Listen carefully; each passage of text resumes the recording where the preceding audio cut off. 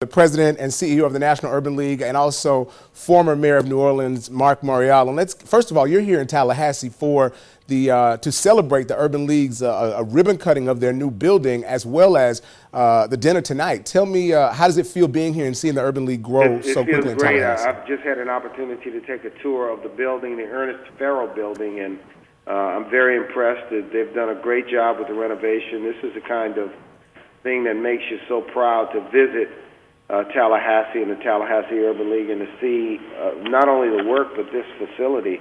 It looks great. It looks great, and I'm looking forward to tonight.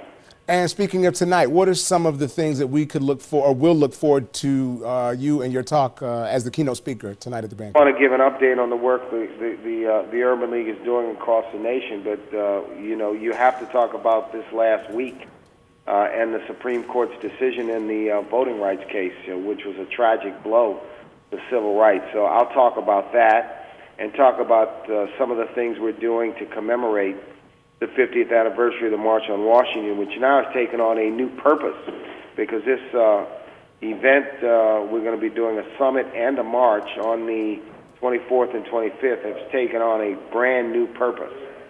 Now, what are some of those, and obviously we're focusing on Tallahassee, but I want to take, since we have the opportunity with you to go on a larger scale, are those some of the things that will be focused on at this year's annual conference? Yeah, we're focusing on Redeem the Dream and Jobs Rebuild America. The biggest and most important issue facing our community is jobs and economic empowerment, because we took a big hit because of the recession. Unemployment spiked. It's still in double digits in urban communities across the nation. The National Urban League has launched a brand new initiative called Jobs Rebuild America. 50 cities, $100 million over 5 years.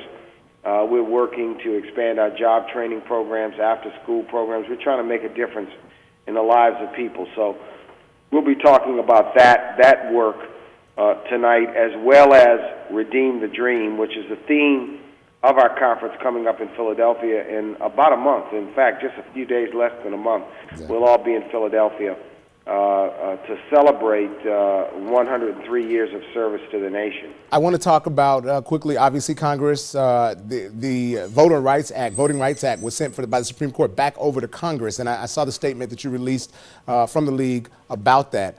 Was it something that was anticipated, and what is the feeling of Urban League affiliates across the country as they saw this landmark decision come down? I think we all were hoping that we could win the case, and that we would win the case, and in fact remained, I think, cautiously optimistic. But there were signs that this conservative Supreme Court, led by John Roberts, really wanted to disable and gut the Voting Rights Act. And so to some extent they gutted it, but now the ball is in Congress's hands. And Congress has to act, and Congress has to do as they've done numerous times in the past with the Voting Rights Act, and that is to pull together a bipartisan coalition and a bipartisan group of members to write a new formula for coverage. As you know, the part of the act that got struck down is the part that requires states like Florida to get the permission of the Justice Department before they change their voting laws. And that's one of the reasons why the infamous voter ID law in this state was stopped by the Justice Department, because of the provisions that the Supreme Court struck down. So we've got to write a new coverage provision. We've got to do it. Already, Congress members Sensenbrenner and Conyers and Lewis, Senator Leahy and others are already working on that, and the civil rights community will be behind them. But also, this will be up to the people. We've got to raise awareness and pressure from people. Call on our members. We want the Voting Rights Act as strong as ever. We still need it, even though we're in the 21st century. The nation has changed, but the nation has not changed to the extent where we don't need the Voting Rights Act anymore. What about DOMA and Proposition 8? Obviously those are two. I expect that the Supreme Court in DOMA and Proposition 8, I think they ruled as people expected. And I think that, to be candid, I think the Supreme Court will revisit marriage equality, I think, in the next few years, and I think the Supreme Court is poised to make marriage equality the law of the land. I think it's going to happen within within years. I really do. I think the 5 members of the court that struck down DOMA in their decision signaled that they're ready to take the next step.